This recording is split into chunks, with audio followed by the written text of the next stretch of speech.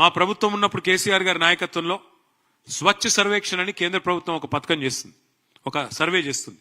స్వచ్ఛ సర్వేక్షణలో మా municipal department ఆనాడు 34 అవార్డులు సాధించింది. బెస్ట్ మెట్రోగా హైదరాబాద్ అవార్డులు సాధించింది. 5 ఏళ్ల పాటు వరుసగా best quality of living in India ఉన్న నగరం ఏంది అని మెర్సర్ అనే సంస్థ సర్వే చేస్తే నంబర్ 1 సిటీగా హైదరాబాద్ వచ్చింది. ఈ అన్ని విషయాల్లో చర్చకు నువ్వు సిద్ధమా నేను అడుగుతా ఉన్నా. మా ప్రభుత్వం ఉన్నప్పుడు స్ట్రాటజిక్ నాలా డెవలప్మెంట్ ప్రోగ్రామ్ అని పెట్టాం. ఒక 2000 కోట్లు ఖర్చు చేసినాం. నీ ప్రభుత్వం వచ్చినాక రూపాయి ఖర్చు చేసినావా ఎస్ఎన్డిపి కింద? నేను సవాల్ చేస్తున్నా, చర్చకు సిద్ధమా అని అడుగుతా ఉన్నా.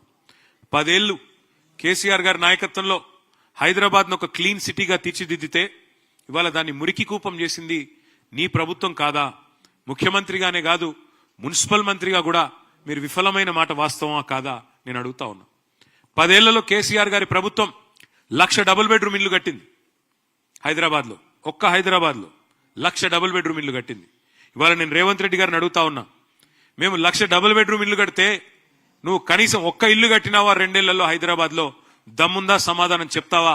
చర్చకు వస్తావా నేను అడుగుతా ఉన్నా. ఒక ఇల్లు కట్టలేదు కదా, ఇంకా 1000 ఇండ్లు కూలగొట్టిన దౌర్భాగ్యపు చరిత్ర నీది కాదా? నీ ప్రభుత్వాన్ని కాదా?